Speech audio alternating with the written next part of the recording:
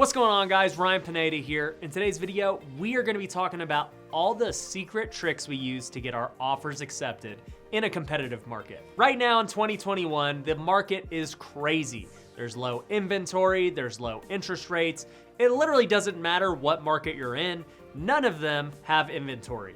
And such, that means that there is a huge bidding war going on the majority of properties. And to be honest, I don't see that changing anytime in the near future, so you're gonna wanna learn these negotiation tactics that help you get those deals while others don't. And the truth is, we've been using these little secrets or hacks, whatever you wanna call them, for a long time. They've helped us get deals in competitive markets. They've helped us get deals in non-competitive markets. These tricks work for people who are trying to get flips. These work for people who are trying to buy a primary residence. So you definitely want to know them. And make sure you stay till the end because that's going to be the biggest trick of them all. So let me just start off by saying that price is the last thing you want to focus on.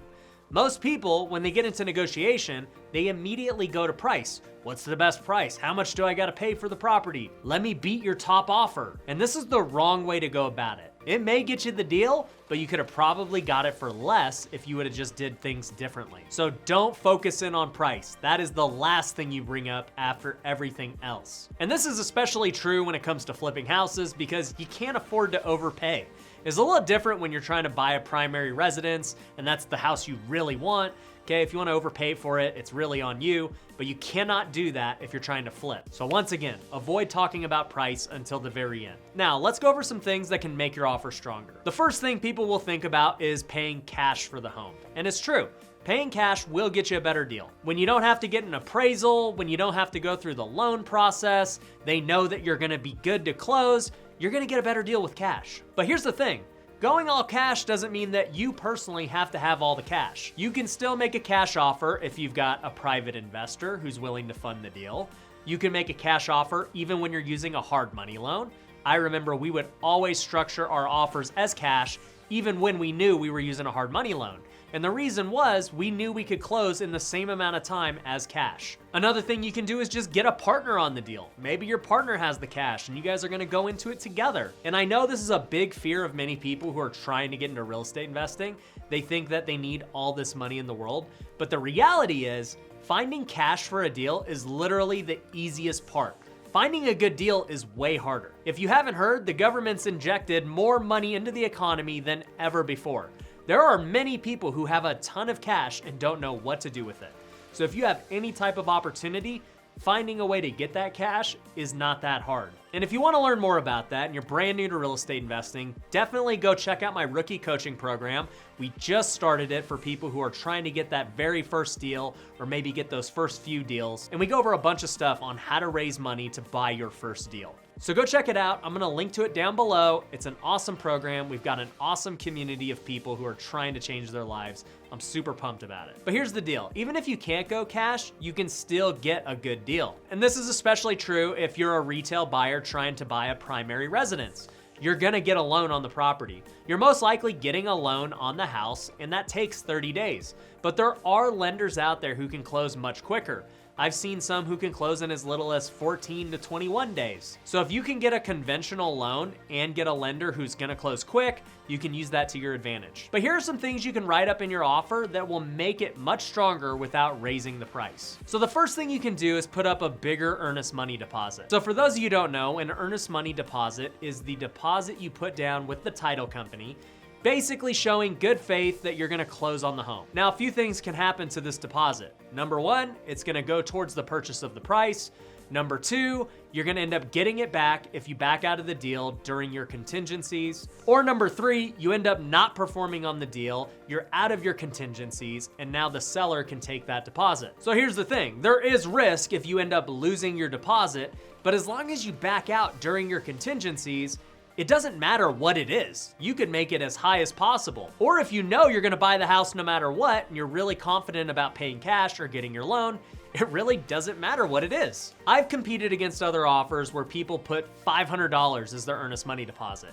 And guess what? Me as the other party picked that apart. I said, do you think this guy is gonna close at a $500 earnest money deposit? He could get all the way to the last day and then just back out and only lose 500 bucks. And then I tell him, I'll put up $5,000, $10,000, $20,000. I don't care. All it does is show that I'm gonna close because I don't wanna lose 20 grand. And guess what? Doing that cost me nothing. I already was gonna pay the money anyway. I know I'm gonna close, so having a higher earnest money deposit doesn't affect my profit. It just gives the seller more value and more comfort. So a higher deposit is great. And if you wanna take it a step further, you can make your earnest money deposit non-refundable. So once again, I would only suggest doing this if you're certain you're gonna buy the deal, you know exactly what it's gonna cost to renovate it, you're really comfortable and experienced. If I go to that same deal and somebody else has a $20,000 earnest money deposit, I do as well, I can go say, look, I'm making mine non-refundable. I guarantee I will buy this deal or I'm gonna lose $20,000. That might be what sets me apart from the other offer. Once again, as long as I close, it doesn't change how much I'm gonna make on the deal. I was gonna pay that amount anyway, but it just gives the seller comfort and added value that they know I'm gonna close. Another thing you can do that we touched on earlier was a quick close. So the reason people like cash offers is because they can close in 7 to 14 days. So if you have cash, you have a private lender, you got a hard money lender, you got a partner, try and close as soon as possible, and that might be what separates you from getting the deal over someone else. If you've got a loan, make sure you get a lender who can close super quick. Another thing you can do is waive your inspections or your due diligence period. So let me explain what that means. Your due diligence period is the time that you get to inspect the home, make sure that it is what you thought it was. You can get a contractor in there, you can get a home inspector in there, and they're gonna verify what you saw. Now, this is where deals end up falling apart, or people try to renegotiate, or people just end up backing out. So if you go into the deal because you've already walked the property, you're comfortable with the deal, you know what it's gonna cost to fix it up, and you say, look, I'm gonna waive my due diligence period, no inspections, we're buying it as is, I'm comfortable with this price. That's gonna give you a leg up, and essentially, it's the same as making your earnest money deposit non-refundable. Because the due diligence period is where most people back out and get their earnest money back. But if you don't have that period, essentially your earnest money deposit is gonna be non-refundable anyway. But that doesn't mean that the realtor and the seller understand that. You can use these different things to make your offer seem a lot better than it really is. So if I'm making an offer, I could say, hey, look, I'm gonna put down $10,000 earnest money. I'm also gonna make it non-refundable. I'm gonna waive the due diligence period. I'm gonna waive all the inspections. We're buying this thing as is. That offer sounded really strong, even though a lot of it was just the same stuff. Another thing you can do is waive the appraisal contingency. So if you're paying cash, you're not getting an appraisal. You don't need one. An appraisal is simply for the lender if you're getting a loan. They wanna make sure that you're paying market value or less for the home. So even if the house does not appraise for the value you have it under contract for, you're basically saying that I'll pay any difference between appraisal and purchase price. Now this can be extremely risky because what if the gap is $10,000, $20,000 and you don't have it? You may end up losing your earnest money deposit. But once again, if your earnest money deposit was already non-refundable, it kind of wouldn't matter. You would just have to decide, do I want to come up with the difference? Do I have enough cash to do it? So waiving the appraisal contingency can definitely be risky, but once again, it could be what puts you over the top from getting the deal over someone else. So those are some things you can add to your offer that make it more valuable and more entertaining to the seller without raising the purchase price and affecting your bottom line. But there are also some ninja tricks you can do outside of the offer that help you get the deal. The first easiest way to get a really good deal, and this is something I've used many different times, is let the listing agent represent you.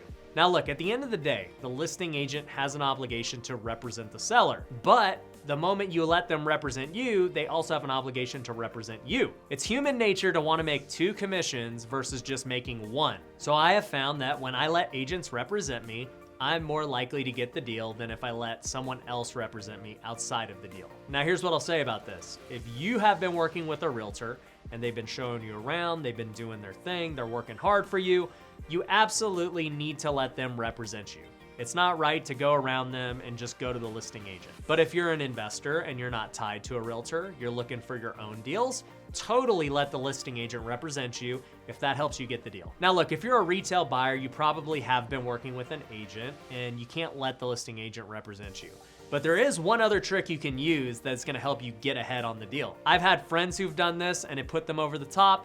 In fact, even on my own flips, other people have done it and it made me pick them over someone else. And the big secret is you wanna write a letter and put a picture of your family with the offer. anytime I get a letter and a picture of a family and they're telling me their story, they're telling me about how this is their dream home, it's everything they've been looking for, you know, they got a kid on the way, how can I not help but root for them and want to sell them this home? At the end of the day, obviously I want to still sell it for the most that I can, but all things being equal, I'm 100% picking that family, and I might even pick them for less if it really came down to it, because I think that's so cool. I think it's a great way to get your offer noticed, and I appreciate when families do it. And as I just said, all of these tactics I'm telling you are ways to get your offer accepted without raising the price. At the end of the day, if you do those things, the listing agent is probably gonna tell you what the top price is, and they may say, hey, as long as you can just match that price and then still stay with doing what you said you're gonna do, we'll take your offer. And then you have a decision to make if it makes sense or not to pay that price. But doing all of this prevented you from having to just overpay and beat the top price. So those are some really cool tricks that you can do. We talk a lot about this stuff in my rookie coaching program. As I said, we just launched it. Make sure you go check it out, link below. If you're brand new, it's totally the program for you. And if you got value out of this video, make sure you go hit the like button, make sure you're subscribed, and I'll see you later. Peace.